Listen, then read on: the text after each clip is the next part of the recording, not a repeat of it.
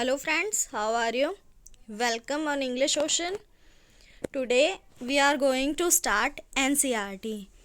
NCERT की ये हमारी आज फर्स्ट क्लास है. आज मैंने जैसा आपको बोला था 147 के अप्रॉक्स हमारे 6 to 10th के चैप्टर्स इंग्लिश के हो रहे हैं. तो हमें डेली कम से कम 2 चैप्टर और एक पोएम को करना होगा. तो ये हमारी फर्स्ट क्लास है. आई होप मैं आपको अच्छे से समझा पाऊँगी और आप बेटर समझ पाएंगे. आपके लिए एनसीईआरटी इजी होने वाली है. तो बेसिकली हम क्या करेंगे, जो हमारी अप्रोच है चैप्टर को रीड करने की, हमें 2 चैप्टर और एक पोएम एक साथ करने हैं, एक ही वीडियो में करने हैं. तो हम इन डिटेल इसको बिल्कुल डेप्थ में नहीं पढ़ सकते और ना ही हमारे लिए उतना ज़रूरी है, क्योंकि हमारे जो क्वेश्चंस होंगे वो ऑब्जेक्टिव टाइप होंगे. डेप्थ में हमें तब पढ़ना होता है जब हम आंसर को राइट करते हैं, आंसर राइटिंग की ज़रूरत होती है, तब हमें डेप्थ पढ़ने की ज़रूरत होती है, क्योंकि हमें अपने माइंड से लिखना होता है.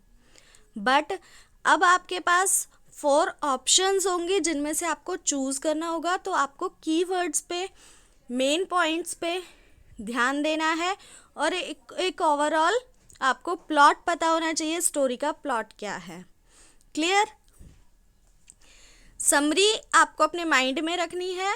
समरी मैं आपको ऐसे भी बता सकती थी, हिंदी में ये हुआ था, स्टोरी हुई थी, बट थ्रू एनसीईआरटी मैं आपको इसलिए बताना चाह रही हूँ क्योंकि जो वर्ड्स हैं वो कीवर्ड आपको इंग्लिश में आने चाहिए. ठीक है, let's start our first chapter, Honeysuckle book. Who did Patrick's homework? तो ये एक बच्चा है पैट्रिक. एज यूजुअल सभी बच्चे ऐसे ही होते हैं जिनको होमवर्क करना पसंद नहीं होता. तो पैट्रिक भी उनमें से ही एक था.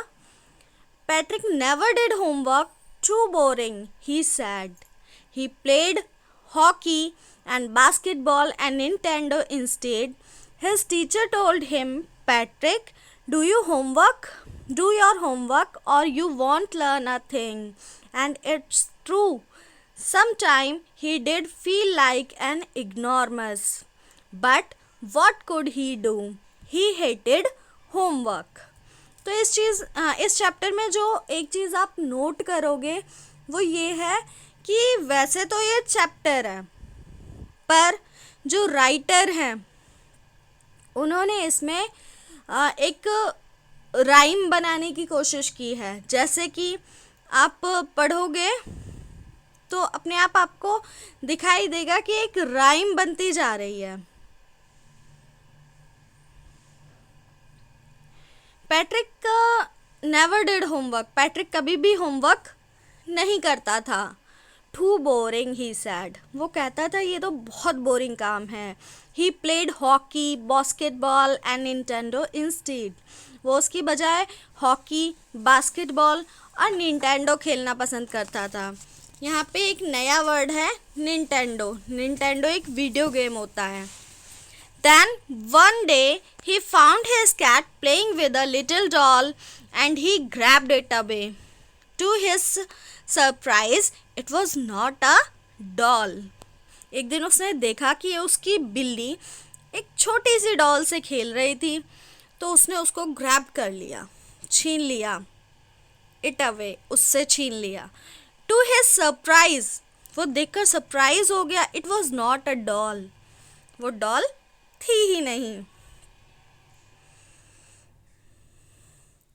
Eight all, but man of the tiniest size. वो तो क्या था? एक इंसान था. ऑफ टाइनिएस्ट साइज, बहुत छोटे, मतलब टाइनिएस्ट सबसे ज़्यादा छोटे साइज़ का इंसान था. He had a little wool shirt with old fashioned breeches and a high tall that much like a witch's. वो तो एक इंसान था जिसकी वूल की शर्ट थी और उसने ओल्ड फैशन ब्रिचेस पहन रखे थे. देखो मैंने आपको बताया ना, इसने एक राइम क्रिएट करने की कोशिश किया, तो इसने ब्रिचेस को स्पेलिंग चेंज करके एक राइम क्रिएट किया है अपनी लाइन के साथ. बट इसकी ओरिजिनल स्पेलिंग ये है, breaches. It's not breaches, it's breaches. एक शॉर्ट ट्राउज़र होता है, उसको ब्रिचेस बोलते हैं। क्लियर?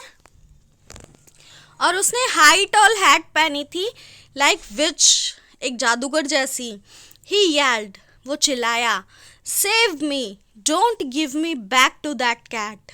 मुझे बचाओ, मुझे उस कैट को वापस मत देना, क्योंकि वो कैट उसको खिलौना समझ के खेल रही थी, तो वो उसके पास वापस नहीं जाना चाहता था। वो चिल्ला रहा था, save me, save me, I will grant you a wish, I promise you that. मैं तुम्हें प्रॉमिस करता हूँ कि मैं तुम्हारी एक विश पूरी कर दूंगा अगर तुमने मुझे उससे बचा लिया। यहाँ तक आई होप क्लियर है? कोई डाउट है then you can ask in the comment. And अगर आपको सब कुछ अच्छे से समझ आ रहा है तो लाइक कीजिए, शेयर कीजिए। Patrick couldn't believe how lucky he was. Here was the answer to all of his problem. So he said, only if you do all my homework till the end of the semester, that's 35 days. If you do a good enough job, I could even get as. तो जो Patrick है वो कहता है, उसको तो जैसे उसकी सारी प्रॉब्लम का एक सॉल्यूशन मिल गया था। वो बिलीव कर रहा था कि कितना लकी हूँ ना मैं।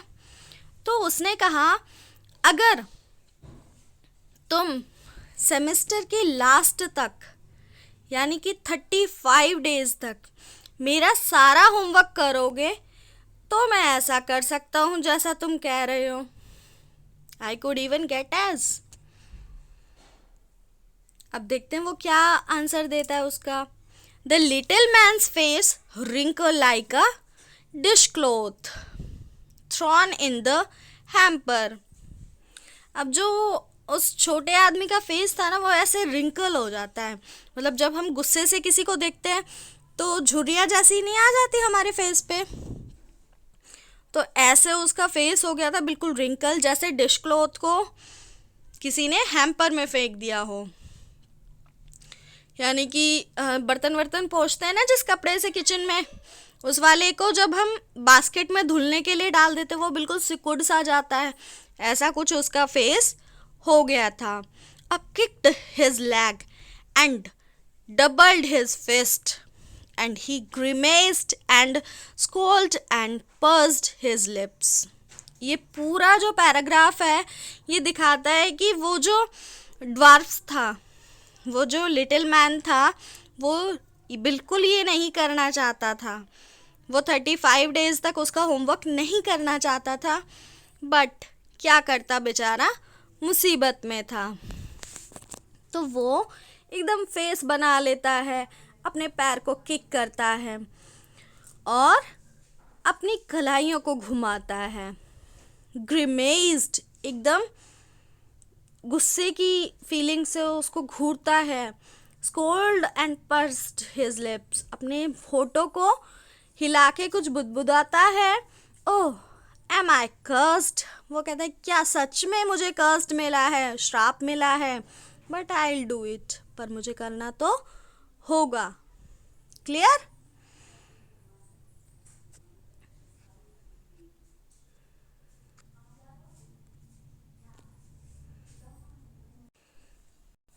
तो आई होप यहाँ तक आपको क्लियर है।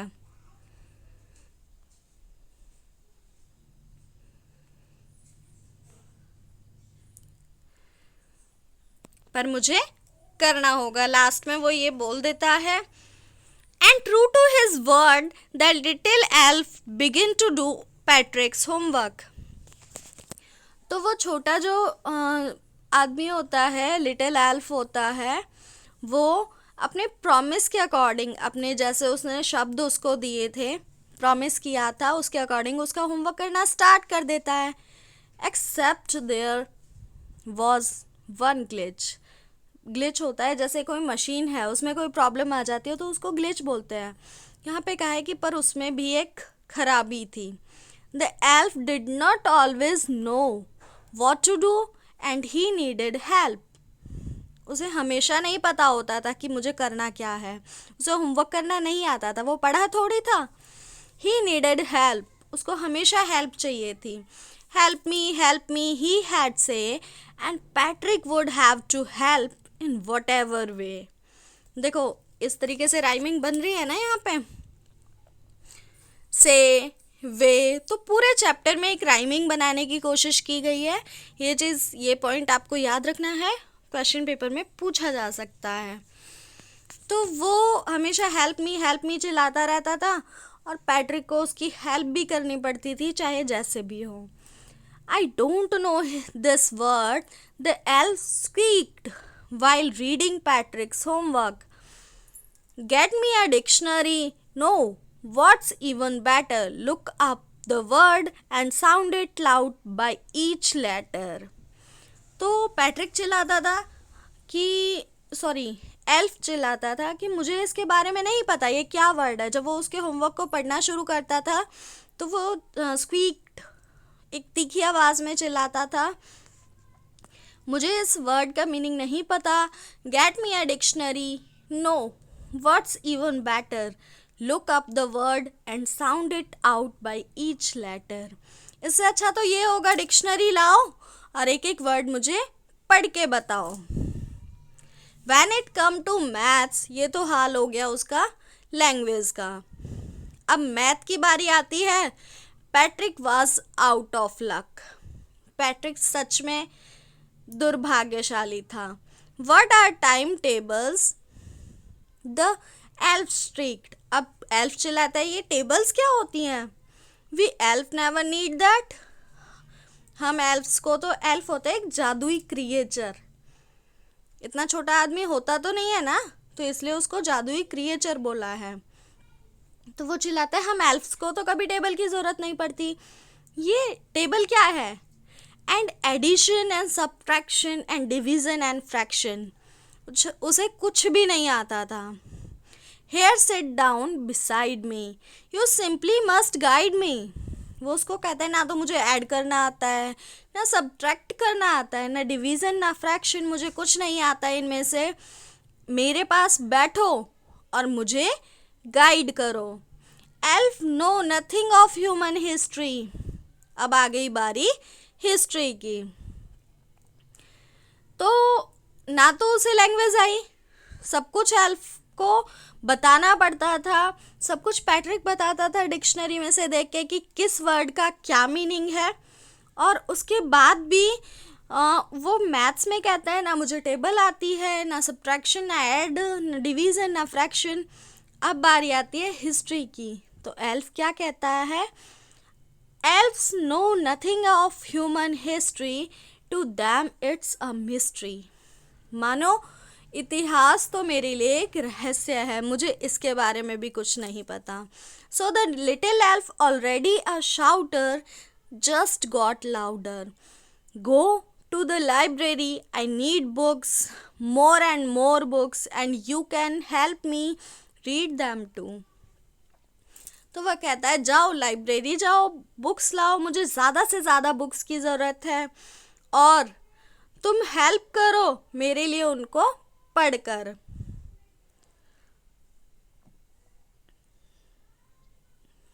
As a matter of fact, every day in every way that little elf was a nag. अब हर तरीके से जैसे वो कर सकता था ना, वो पैट्रिक को परेशान करता है।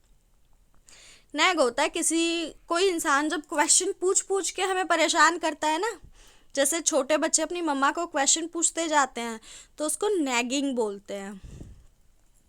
Patrick was working harder than ever and was it a drag.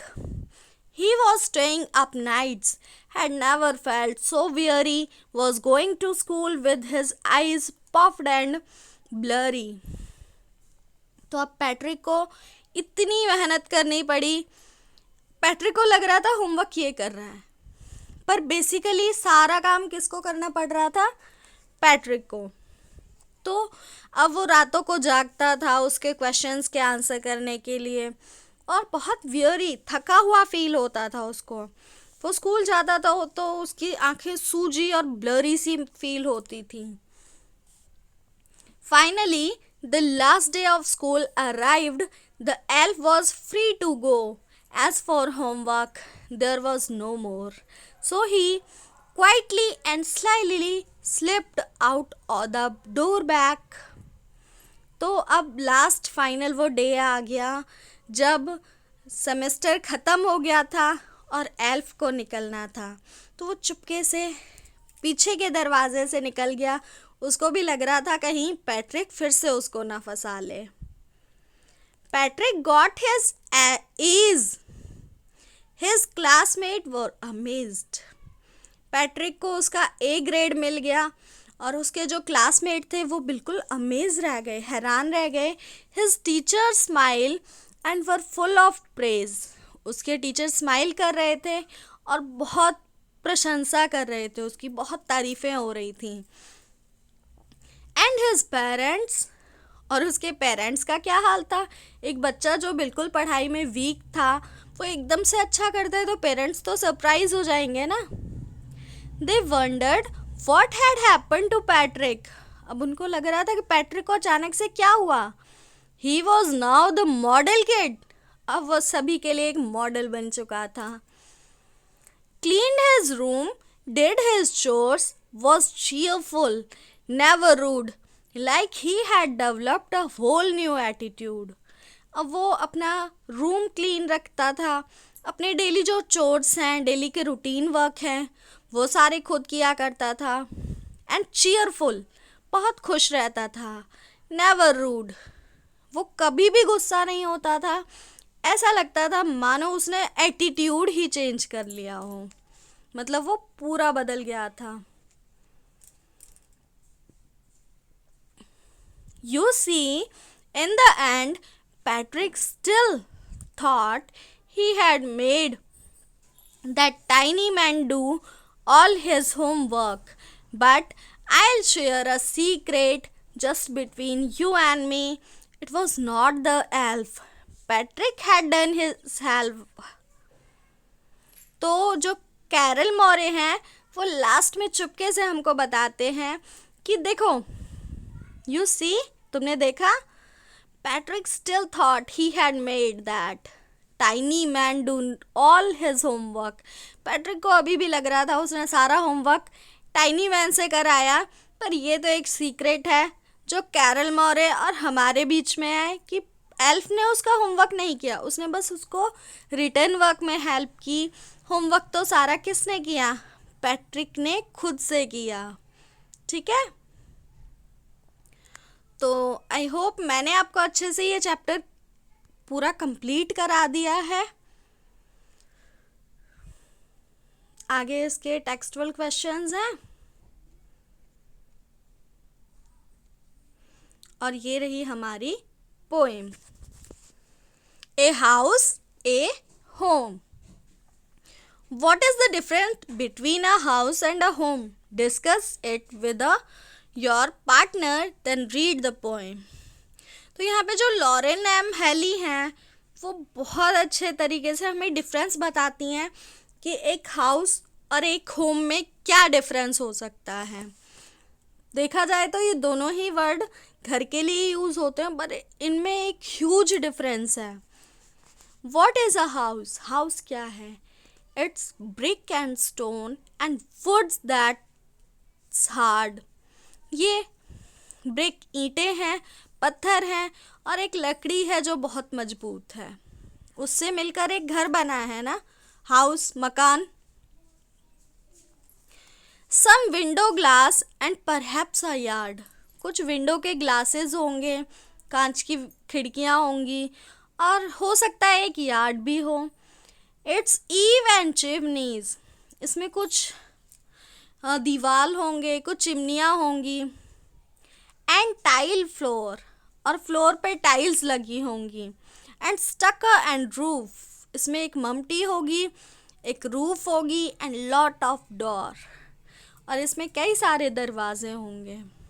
तो ईंट पत्थरों से जो बना है, जिसमें मतलब फिजिकल अपीयरेंस जो एक होती है वो एक हाउस होता है. बट होम क्या होता है? देखो, हमने ईंट पत्थर से बना के एक बिल्डिंग स्ट्रक्ट कर ली, उसको हम घर नहीं बोलेंगे। घर किसको बोलेंगे? It's a loving and family, जहाँ पे परिवार रहता है और प्यार से रहता है। And doing for others, it's brother and sister and father and mothers, जहाँ एक दूसरे के लिए सब काम किया जाता हो, जहाँ पे भाई बहन मम्मी पापा सब रहते हों। It's unselfish act and kindly sharing and showing your loved ones you are always caring. तो वो कहता है जिस घर में प्यार है, एक दूसरे के लिए जी रहे हैं, अपने लव को शेयर कर रहे हैं, चीज़ों को शेयर कर रहे हैं और एक दूसरे की परवाह कर रहे हैं, असलियत में घर वही है। ये जो सुंदर सुंदर बिल्डिंग कंस्ट्रक्ट कर लेते हैं, आपस में प्यार है नहीं, तो वो सिर्फ एक हाउस है। तो यहाँ पे ये जो डिफरेंस है, थीम है पोएम की, ये ज़्यादा मायने रखती है। वैसे वर्ड टू वर्ड अगर इसकी ट्रांसलेशन देखें तो बिल्कुल सिंपल है, ज़्यादा कुछ डेप्थ में बताया नहीं है। क्लियर? तो ये दो आपकी हो चुकी हैं। आज हमने हु डिड पैट्रिक्स होमवर्क भी रीड कर लिया और इसकी poem a house a home ये हमने कर ली है। आई होप मैं आपको क्लियर करा पाई हूँ, और अगर कोई डाउट है तो आप बिल्कुल पूछ सकते हैं। If you like then please subscribe the channel.